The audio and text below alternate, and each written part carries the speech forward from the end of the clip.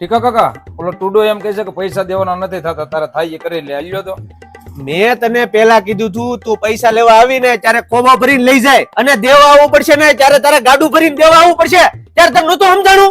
અરે ટીકા કાકા તમારે જ્યાં ખોટા પડો હોય ત્યાં પડી ગયો, પૈસા નથી દેવાના. બધા ઘેર જ બેઠો ભાઈ આવો. કાઢો કાઢી હવે તું નાન્યા રહેજે, હું આવું છું. હવે તને સઠ્ઠીના ટેઠવા યાદ ન અપાવું ને તો ટીકો નહીં.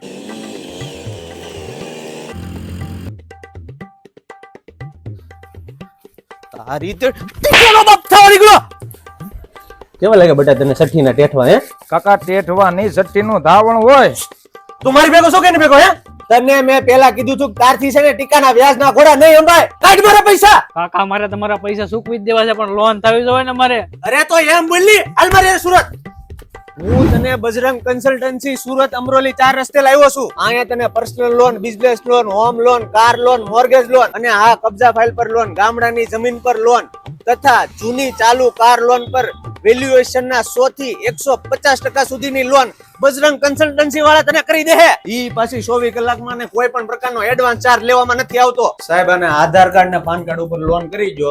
હવે તારી સટકબારી છે ને જરાય નહીં હાલે, કેમ કે બજરંગ કન્સલ્ટન્સી વાળાનું કામ છે ને 100% પ્યોર જ છે. સિબિલ પાછો 700 પ્લસ છે ને, હા તો જ પાછો આધાર કાર્ડ ને પાન કાર્ડ ઉપર લોન થાય. હો આલ્યો કાકા તમારા પૈસા પૂરા છે ને? હા પૂરેપૂરા જ છે. વાંધો નહીં.